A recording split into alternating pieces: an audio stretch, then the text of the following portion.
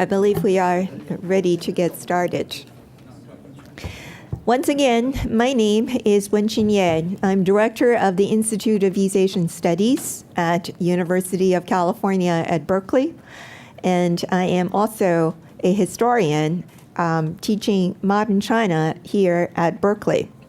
It's my honor and pleasure to speak on this occasion to deliver brief remarks on behalf of my colleagues of the Institute of East Asian Studies and to pay tribute to Professor Robert Scalapino, the founding director of the Institute of East Asian Studies. Now, of course, for anyone having an opportunity to come up here to pay tribute to Professor Scalapino, the first question for me, trained as a historian, it's simply, who is Professor Scalapino? So there are many ways one can respond to this question about the who. For instance, the very fact that we are all here assembled in this room, organizing this occasion, delivering remarks, and engaging in discussions as we did this morning, for instance.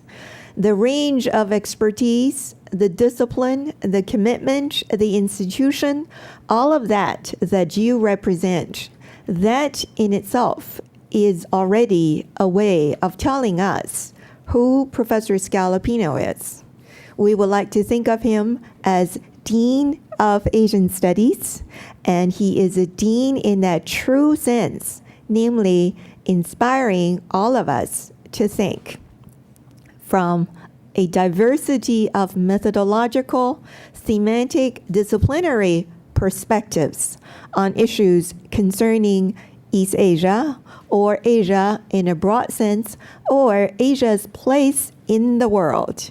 So my first recognition here is about how this is an occasion for us to pay tribute to Professor Scalapino, who is the dean and who is also a founding figure of this entire field that produced this kind of conversation. But then, of course, being a historian, and then from time to time I wonder what I might do with the subject if I were writing up a chapter in intellectual history with him as the subject. I go to my natural source, namely his own memoir, From Leavenworth to Lhasa, Living in a Revolutionary Era. I tried to get some sense. This is, by the way, available out there for your purchase, published in 2008 by the Institute of East Asian Studies Publications. So for anyone picking up that volume, you cannot possibly miss this impression, namely that this person, who was born in 1919 in Leavenworth, and growing up in Kansas, this is a person, as a boy, who mail-ordered a raccoon as his pet, and he also got it for free. Now, that in itself is already intriguing enough. I won't go into further details. There are other episodes of that kind in his memoir, providing a vivid sense of what he was like. Probably, well, he was bookish for sure. He was serious, but probably also a bit of a handful sometimes for his parents. But at any rate, by the time he turned 26, now, of course, many of us in this room, including our graduate students, are older than that age. By the time he turned 26, he had already seen a major war. He simply walked into that war, so to speak, from his Harvard graduate seminar room. He thought he was taking lessons in Japanese, and lo and behold, within a week, the other end of that registration process would have him showing up aboard a battleship, in fact, and sailing out to a place, well, I mean, not quite yet. There is the interlude of language training in Colorado. And then his made in Colorado Japanese was going to find its very first usage in a cave in Okinawa that is in the presence of somebody holding on to a hand grenade. And I thought it's a wonderful way that Professor Scalapino described that experience. Namely, all his Japanese left him. All that he was able to say on that occasion was konnichiwa. But nonetheless, that certainly did not prevent him, shortly after that, from, in a way, organizing the very first East Asian Studies seminar that anyone can think of on site as field work in an interactive context, namely with a war in a backdrop and with this pressing need for knowledge and information. For him to convene a seminar, I would see it that way, of Okinawan, a teacher, a lawyer, and a doctor. And from that point onward, I could see, by the time I got to that part of this memoir, I thought, I see the origin of the Institute of East Asian Studies right here at the University of California. Anyway, so the point that I would like to make it simply, that after 18 months of service out there in East Asia, by the time he returned to California, by the time he returned to his graduate study, and then also eventually becoming a professor in our Department of Political Science in 1950, Professor Scalapino has bonded, has built a connection between knowledge and public service in a very special way. And this was a uniqueness that was also specific to his time.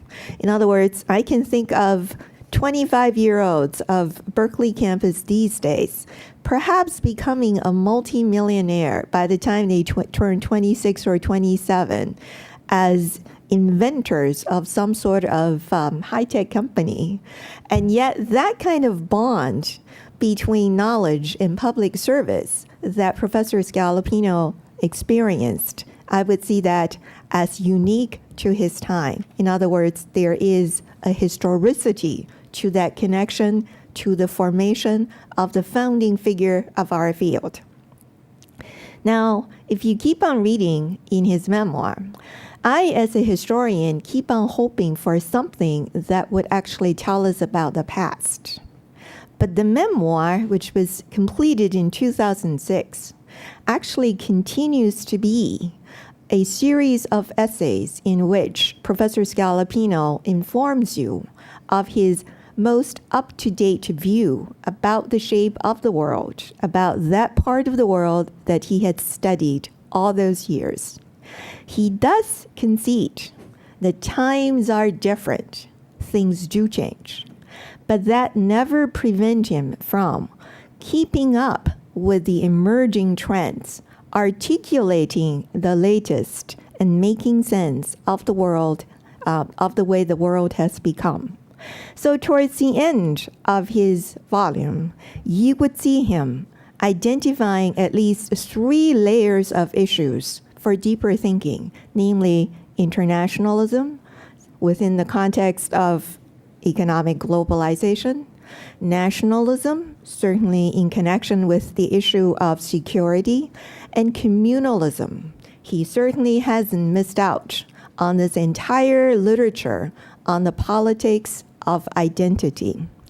Now, I wonder from time to time, that is, given the way that he has enunciated so many of these research topics in the context of the 1970s, 1980s, and so forth, and given the very fact that he was there, day one, on Japan's reconstruction, emerging out of the destructions of World War II, and witnessing over the course of more than a half century, Japan's complete transformation, I find myself wondering from time to time if there is anything under the sun about nations, peoples, communities, their follies, their passions, their capacities that might even ever mildly surprise him. I wonder about that, and yet he always comes back to us with this kind of full of wit and humor, and in this slightly impish way. When you really want to get serious with him, he has a wonderful gift, diffusing that tension and that sense of pressure and shifting just ever quite so slightly the center of gravity of a constructed conversation, and then at the same time opening up an entire universe of human beings with their, well, all kinds of possibilities. So that is the Professor Scalapino that we have emerging out of these texts. And then if I read him correctly, he had seen with unerring vision, with all the clarity, the post-war transformation of Japan following a certain political vision. And then at this moment in time, with the emergence of China, he appears to be ready to say that this world is likely going to have a multiplicity of political systems, whether we like it or not. And then also, different nations, different cultures have their own timetable. They do things on their own time, and there is no benefit to be gained, and a great deal of costs to all to be rushing anybody on any agenda. So towards the end of all of that, what do we take away from his book? It's his one phrase that he repeats all the time. It's called cautiously optimistic. Namely, Monday, Wednesday, Friday, he's optimistic. Tuesday, Thursday, and Saturday, he considers everything and he's cautious. On Sunday, he says he rests. So this is the Professor Scalapino whom we have. And then, of course, on our very own campus, in 1974, he started this whole set of conversation with the then Vice Chancellor, Mark Christensen, about the creation of a Center for East Asian Studies. Over time, it took about 4 years, the Institute of East Asian Studies was finally recognized in 1978 as an organized research unit. In those days, already, he told the campus administration that East Asian Studies on Berkeley campus require 5 things. 1, research funding for faculty members. 2, library resource, any kind of material support that you can get so that scholars can do work. 3, it requires graduate student fellowships. 4, there should be a physical plant or a physical locus. And 5, it requires endowment funding.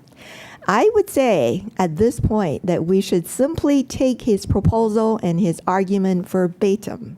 It continues to be valid 50, 60 years from now, it doesn't really matter how many years have gone by between then and now. Of course, in those days, when he made his case to the campus administration, he offered these figures. Berkeley had 40 faculty members teaching in the area of East Asian Studies. It taught 180 courses with East Asian content. It trained about 4,000 students in all levels of East Asian Studies. And in 1972 and 1973, it graduated a total of 30 PhDs who claim East Asian expertise. Now, of course, all these years have gone by, and in 2009, our comparable figures have changed. We now have at least 80 faculty members teaching China alone, not to mention other parts of East Asia.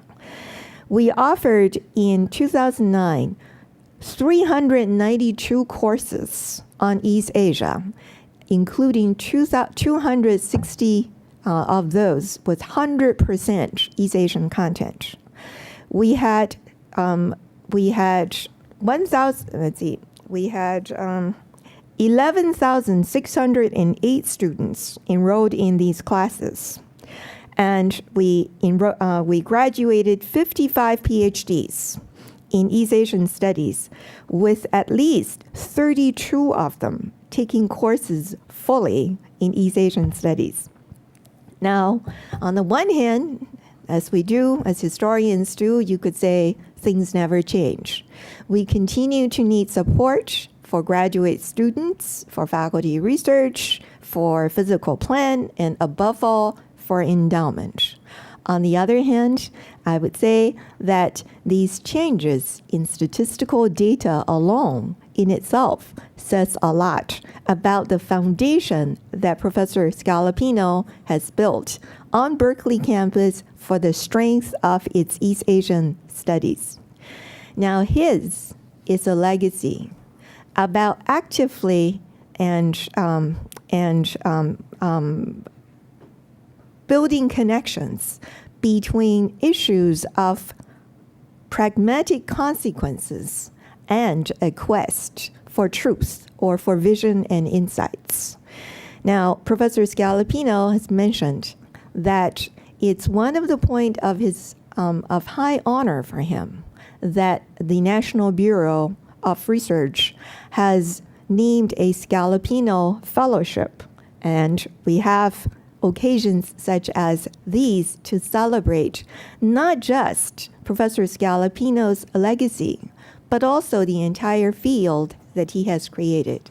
And I, for one, as the sitting, or who happens to be holding this position as director of the Institute of East Asian Studies that he has founded, I certainly hope that we continue to honor his spirit, his commitment, his dedication, and we honor him with the hard work that we are all prepared to do in his model. Thank you.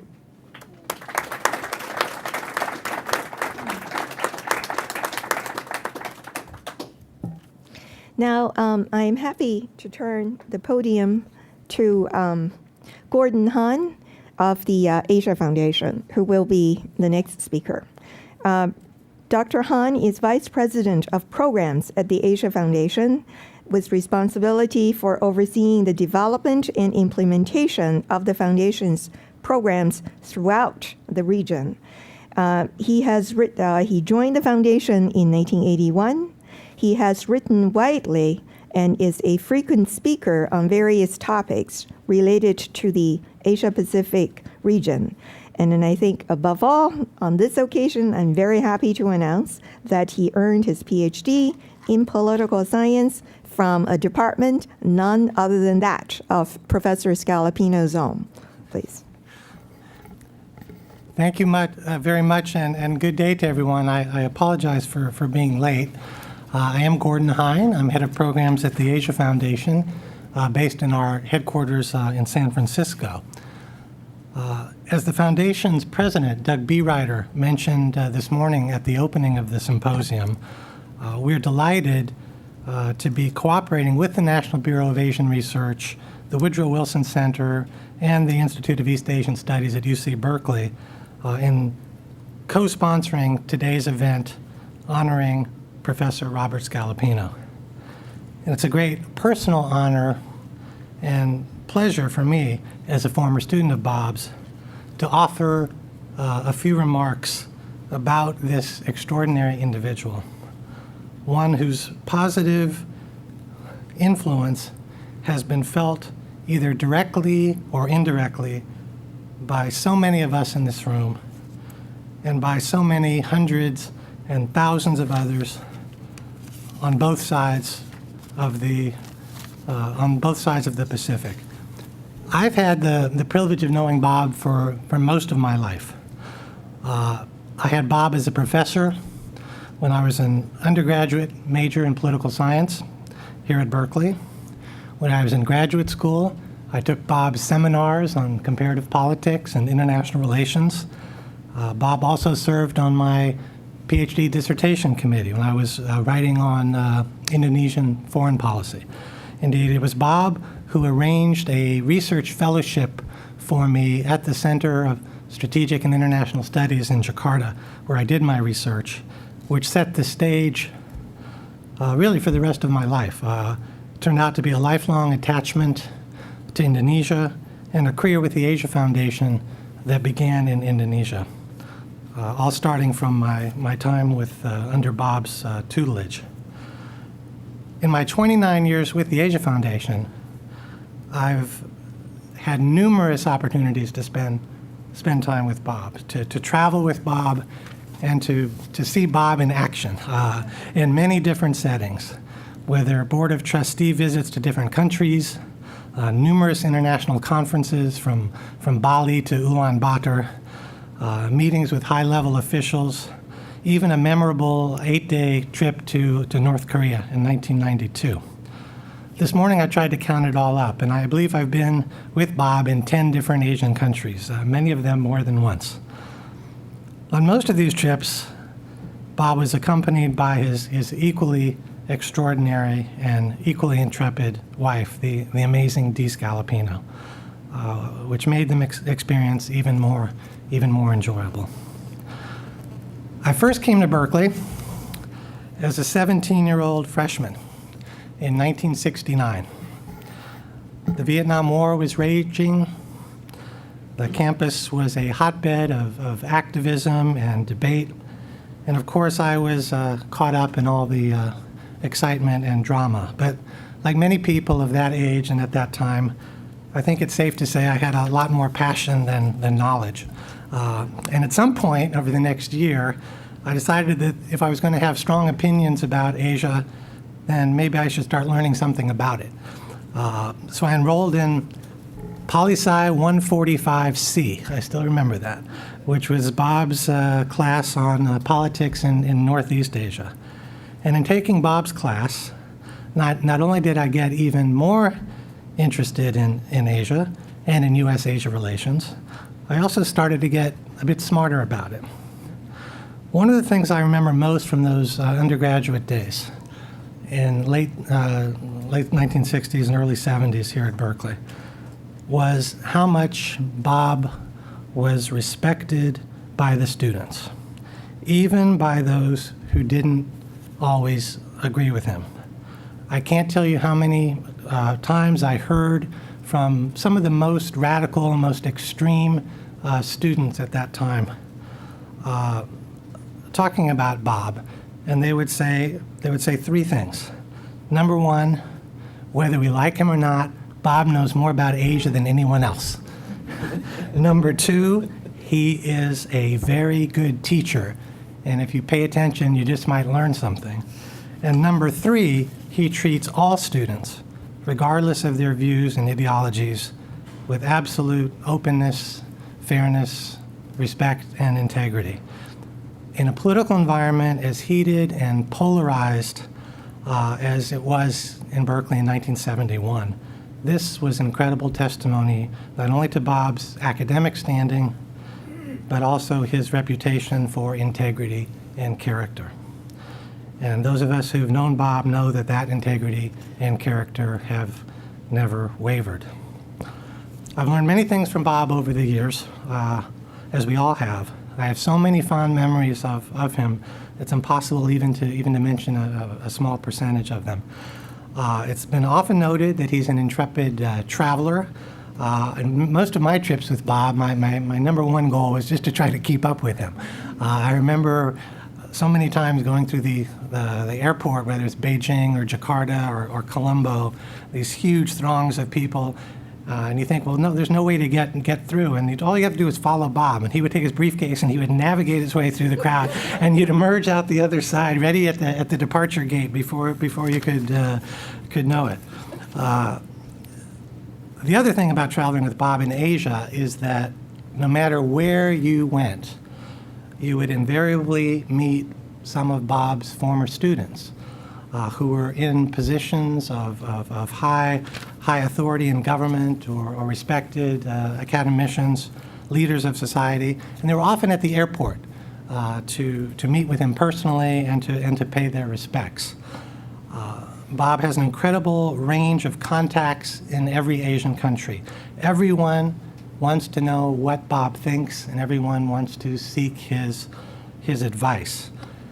This leads me to another very important thing I learned from Bob.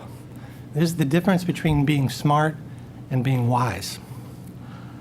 In the academic world, in the policy world, in the international development world where I operate, I've been fortunate to meet a large number of very, very smart people, some of whom I would characterize as brilliant. People who can dazzle you with their intellect and their wealth of knowledge. But people who are both smart and wise, I find, are far rarer. People who can take complex issues and analyze them, dissect them, and then present them in ways that aren't meant to dazzle, but are meant to inform and reveal, to help you, the listener, to understand the issues better, and to increase your own knowledge. People who can sift through huge amounts of information and many competing points of view and come up with conclusions that not only make sense, but hold together and hold up over time. And to do it in a way that is always collegial and advances shared knowledge and understanding. This is real wisdom. It's a special quality, and Bob has more of it than anyone else I know. And it's for this reason, and I know we've all seen this. At the end, you can be at the end of a 3-day high-level international conference, and Bob is called upon to pull everything together at the end and make sense out of everything that's been said over the past 3 days. Everyone sits up in their chair, and they pay close attention because they know they're going to hear something not only interesting, they're going to hear something useful, they're going to hear something important, and they're going to hear something wise. Of course, for many of us, highlight every year is receiving Bob's annual Christmas card. It always has a nice picture of Bob in some far-flung, interesting place. And it talks about all the places Bob visited during the year, the lectures he has given, the conferences he has attended. And then it would say, oh, by the way, Bob also wrote 2 new books during the year and co-edited another and published 3 journal articles and met with 4 heads of state and 3 foreign ministers and was a visiting faculty member at a university in Asia and received an award from another university. And you just read it and you say to yourself, how does he do it? And yet we've all seen him do it. We've seen him do it year after year and decade after decade, and he does it so consistently and so well that it's nothing short of phenomenal. I could go on much longer about Bob and his contributions. We all could. I have my favorite North Korea travel story, but I'll save that for another time. Let me just try to wrap up my remarks. One thing is very clear in trying to summarize Bob's career, that in his efforts to advance knowledge and understanding of U.S.-Asia relations, he has contributed immensely to the expansion and the improvement of those relations, perhaps more than any other single individual over the past many decades. But even more important, more remarkable than that, in my view, is what I started with. It's just the sheer number of lives that he has touched in significant ways here in the United States and throughout Asia. Through his teaching, through his writing, his institutional leadership, his policy analysis and advice, his mentorship, and by always being willing to share his knowledge, his experience, his wisdom with all of us and with countless others. I'll always be grateful that I came within Bob's orbit some 40 years ago. And Bob, on behalf of all of your former students, I just want to say thank you from the bottom of my heart for everything you've done and the wonderful example that you've set for all of us. Thank you.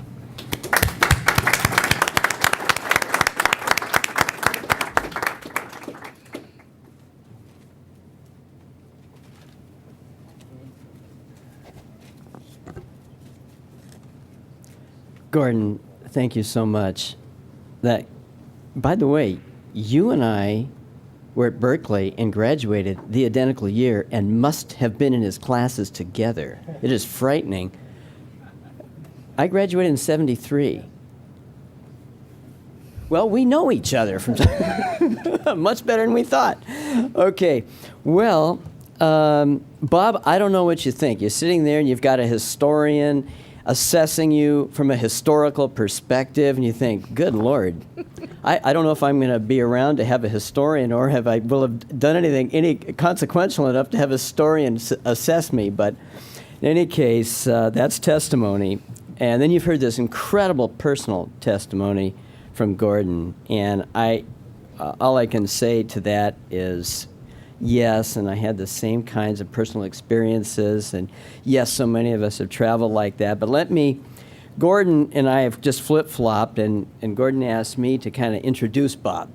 So I'm going to take a little bit of the personal out of it, but I just want you to know, Bob, I'll throw a little bit in, but the personal impact you have made on the thousands, each one of us, one at a time, feels so deeply. And it's the kind of personal testimony, the huge impact on my life, Gordon's life, and so on, is just absolutely incredible. All right, well, this is the dean of all deans of Asian studies is the person who, more than any other, at the creation, really, developed modern Asian studies in this country. Modern Korean studies has a huge impact on the social science, kind of the establishment of modern social scientific study of China, Japan, all of Asia.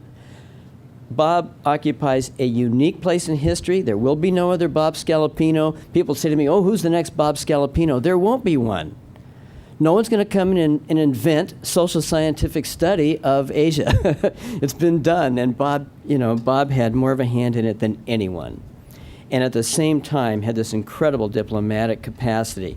I'm going to kind of break it down and try to just real briefly, and we're sorry we're taking too long here, but just break it down briefly into these categories of gigantic impact. His personal life, and Yenchen mentioned his memoir, and that goes through it, but his personal story mirrors that of America's ascendancy. Its triumphs in World War II, the onslaught of the Cold War, our wars in Korea and Vietnam, the formation of our alliances with Korea and Japan and elsewhere in Asia,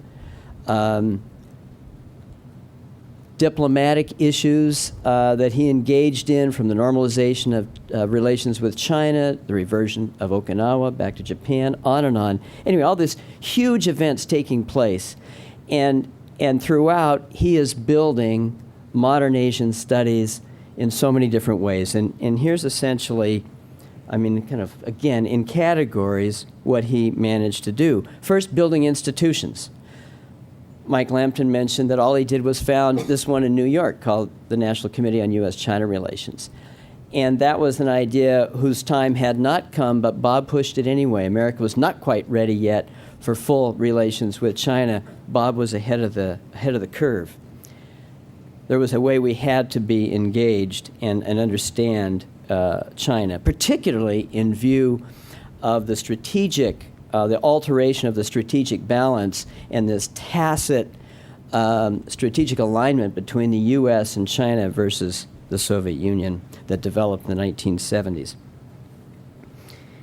So, development of institutions. The Asia Foundation, my gosh, he was the kind of global diplomat for the Asia Foundations, as Gordon indicated, countless trips and programs. The Institute of East Asian Studies founded that here in 1978. NBR. He just had a hand in so many. The Asia Society, an enormous role with the Asia Society. Anything to do with Asia, if it's important in this country, Bob had a hand in it. So, institution building. Something else he did, enormously important, was involve himself, as I just indicated a second ago, in key policy issues, whether it was the breakthrough with China. He was in the first social scientific group that the Chinese would allow in the country. He and Mike Oxenberg and some others got in. He was the leader of the group. Bob tells a wonderful story. and this does mix in a little bit with the politics that Gordon referred to at the time. By the way, Gordon, you forgot one category of assessment of Bob.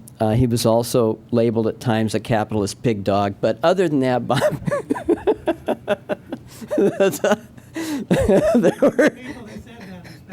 That's right. Yeah, they worried that he might reply. I mean, in his classes, for instance, we'd have demonstrations. I mean, Gordon, you can talk, sometimes troops of Red Star tour guides would come through. That's another historic artifact of Berkeley. But in any way, Bob was so tolerant. These people would march in, and of course, he knew that the bulk of students would be interested in actually continuing the class, and he could use that as leverage against these folks who would come in uninvited. And often there would be jeers to get these demonstrators out of his classes. He was in the newspapers across the country for the demonstrations in his classes. He was famous way beyond the campus in this regard. In any case, he involved himself in policy issues, and that was very exciting for students. He cared about real issues of the day, and that's, of course, very core to why we're meeting today and the National Asia Research Program. But I learned from Bob, one of the first things I learned, exciting things I learned, that what we were studying in class was not for academic purposes. And that was just gigantic, and it was exciting. I can remember at one point, when you're young and so on, I thought, gosh, Secretary of State, that'd be a good job. Listening to Bob, I assumed he would be there, soon enough. We'd all be following in his footsteps. It was also nice to know at the time, who was it? Bill Grimes mentioned, somebody said they felt like we're in a Marxist world. Well, at times in the Berkeley campus, we thought we were in a Marxist world until we got into Bob's classes. And then all of a sudden, some rationality became paramount. All right. Well, in any case, on to the next. So these great issues of the day that he involved himself in. Now, bridging, my gosh, bridging scholars in the public policy realm, but bridging the Asia-Pacific, holy mackerel. To this day, no one knows Richard Ellings in Asia, but when I go there, and if I have the person introducing me say, here's a former student of Bob Scalapino, it's okay, I'm accepted. That is the key, Gordon's acknowledging. It is the greatest claim to fame you can have in Asia. I was a student at Bob's. The bridging and the establishment of interpersonal relations across the Pacific and the development of social science in Asia, not just here, but in Asia, it's just fabulous. And, as from the Christmas cards and so on, it's been from Mongolia to the Golden Triangle. I mean, one time he and Dee were on, I forget what kind of animal, at the Golden Triangle. I don't know, poppy seeds hanging out of their hair or something. I'm not sure what was going on.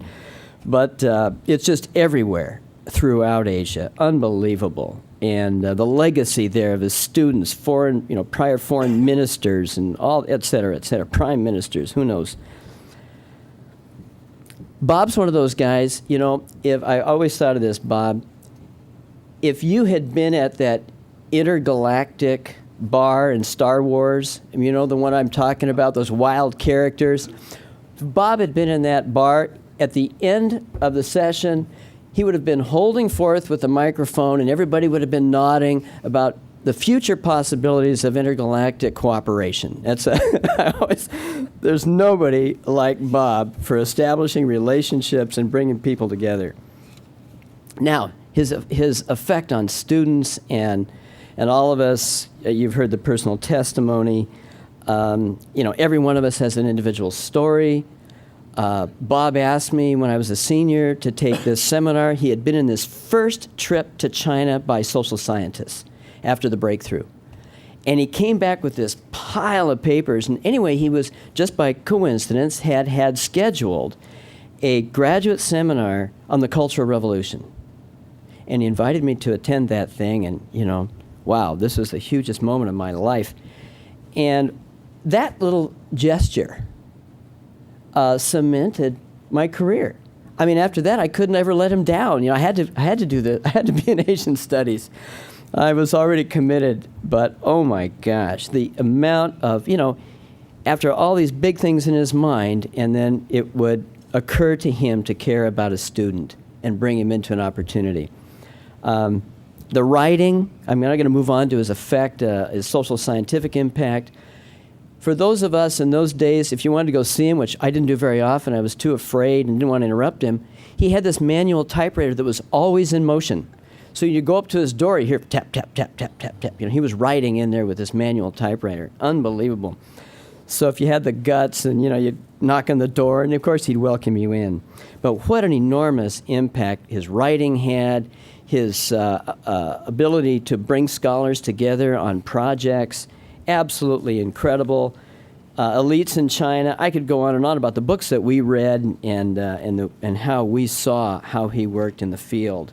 Across disciplines, absolutely phenomenal.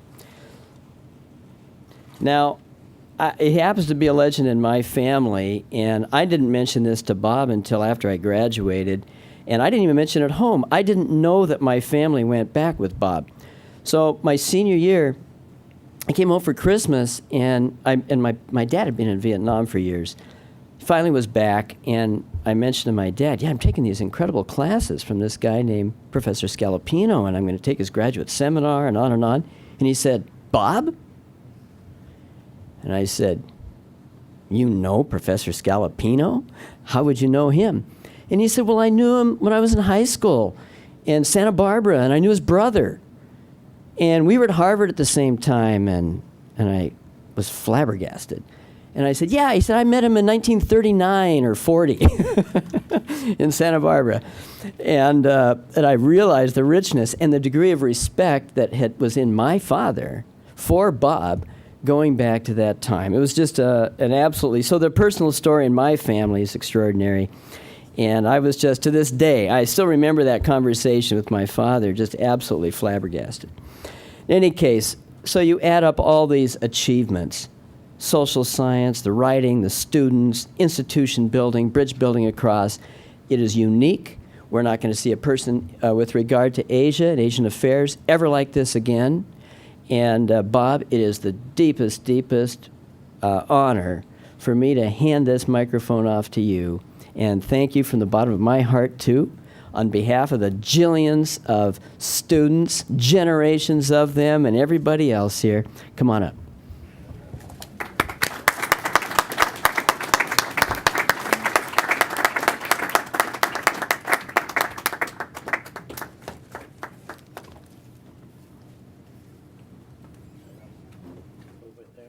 Wherever you like. Sit down.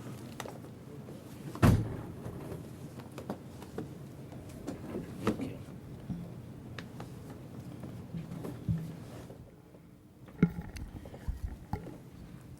Well, members of this panel, ladies and gentlemen who are here today, first let me say that the kind and generous remarks that have been made about me make me feel very humble, because whatever I have done, it has been people like you who inspired me, my students, my colleagues, and those with whom I interacted in government and academia, both here and abroad. I realize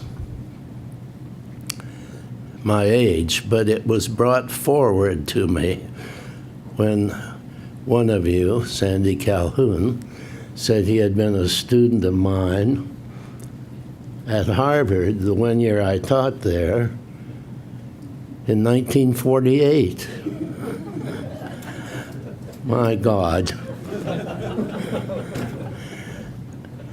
As a matter of fact, I could no longer hide my age until 1 in the afternoon, I am 39, and then my age goes up. 4 days from now, on October 19th, I shall celebrate my 91st birthday. Thank you. Now, you're not allowed to make mistakes late in life. You have to say the right things and do the right things. And if you're an Asia specialist, that's a very difficult challenge. Over time, I've had my differences with many countries in Asia, but I have maintained relationships with almost everyone, every country, including North Korea. Though you do not reveal positive relations with anybody in North Korea. But it has been a remarkable challenge. You know, to look back on the evolution of our Asian relationships and of Asia, I can turn to very positive factors in my own life. When I entered graduate school at Harvard in the summer of 1941, I had no interest in Asia whatsoever. I was majoring in international relations, the West. And one day in October, a young man came to me and said, I'm going to study Japanese. And I said, what in the world do you want to do that for? It's an esoteric language. It will do you no good. Oh, yes, he said. The Navy has organized a Japanese language program, and if you get an A or a B here in Japanese, you can get in. Well, came Pearl Harbor, and suddenly Japanese took on a new meaning for me. I waited a while. Then I went to see the old Russian who taught Japanese. I said, is this true? If I get an A or B in your course, I can get into that program? And he said, well, you have a good chance. So he said, you enroll in my course and you write them a letter saying at the end of the semester you want to be considered. I did this. A week later, I got a letter saying, report to Washington. I thought, my God, I've gotten in the wrong pile. But I went down, and Commodore Hein, who was rather officious, barely said hello to me, and he said, all right, Scalapino, you sign these forms. I said, well, I haven't finished this course. Well, he said, how long have you been in? I said, 1 week. And he said, well, how have you done? I said, all right. Sign. We're desperate for language people. Well, people used to say, must have been very difficult to get into that program. Not for me. And off I went, 15 months studying Japanese, and then out to the Pacific area for 18 months. First Pearl Harbor, then Okinawa, then the Philippines, and then Japan for 6 months. And I found it an extraordinarily interesting time. In November of 1945, just a couple of months after the war had ended, we were asked by Tokyo to take a poll of both Japanese and American soldiers and ask them, what 3 things do you like about the other side, and what 3 things do you not like? So we hired a number of Japanese to help us, and we took this poll. Well, the results were very interesting. The 3 things that the Japanese liked about Americans were, 1, they were hardworking. 2, they were generous. They gave food and other things. And 3, they treated people in a friendly fashion. The 3 things they didn't like were, first, that they were wasteful. They threw food away and other things that should have been used. Secondly, they were not very well disciplined. They were noisy. And three, they were difficult to deal with. They sometimes gave you different kinds of instructions. Now, the three things that the Americans liked about the Japanese were, first, they were hardworking. Second, they were weak. Not weak. They were working hard and well-disciplined. And third, they were tidy, neat. Three things they didn't like were, first and foremost, they didn't treat other people equally. It depended upon your age, your race, your sex, your position. Secondly, they didn't always tell you what they really thought. There was a certain element of deviousness went around. And thirdly, they had racial feelings, that particularly from the black soldiers. Well, those weren't bad evaluations 3 months after an extraordinary war. As we went on, what I noticed was that the American commitment to Asia came very gradually. The war itself involved the U.S. strategically in the island cordon sanitaire around the continent of Asia, not on the continent of Asia. And as late as January of 1950, Secretary of State Acheson said, "We are strategically committed to the islands, not to the continent." 3 months later, the Korean War, and one has to wonder whether Kim Il-sung heard Acheson's remarks. In any case, even after the Korean War, our commitments grew only gradually to the continent. And we expanded our relations very slowly, although directly. It is against that background that I think we should view U.S. relations with Asia today. There are certain broad considerations.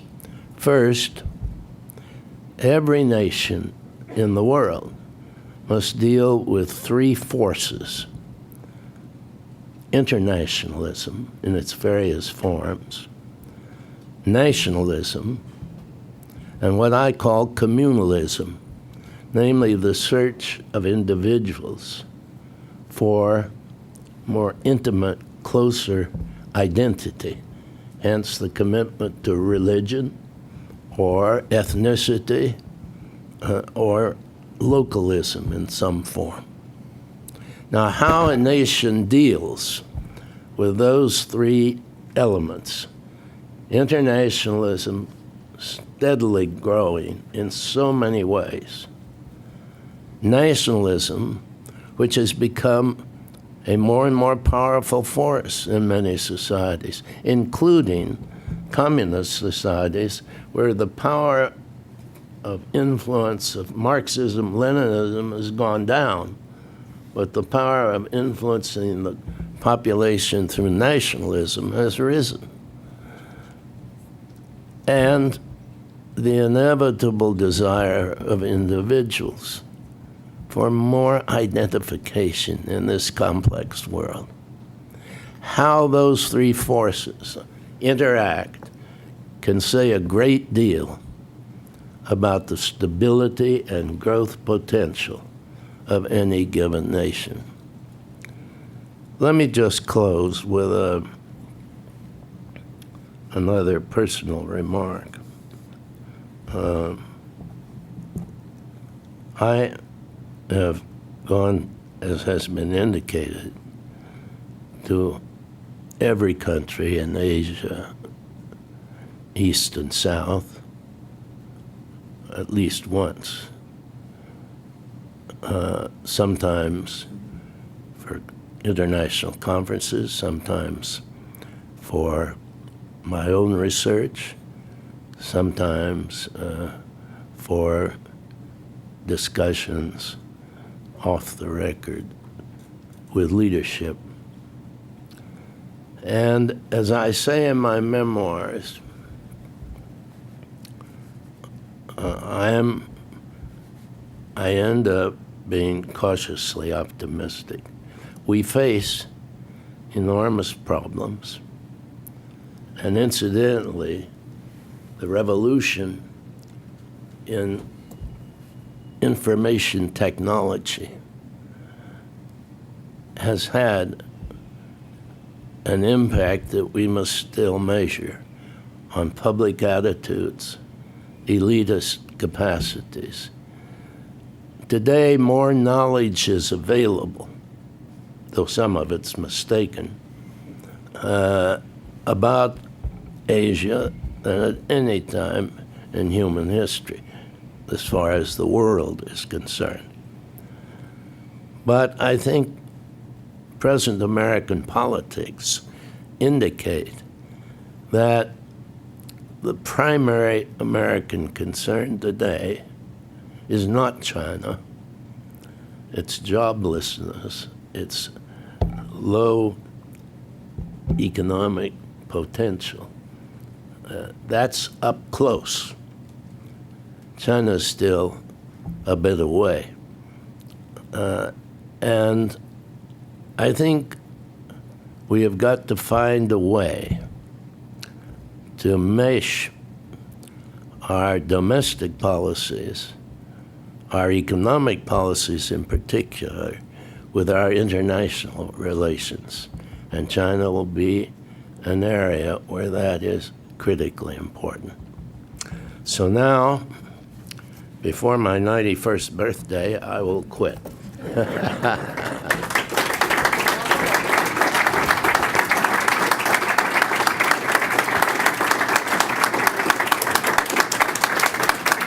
Thank you.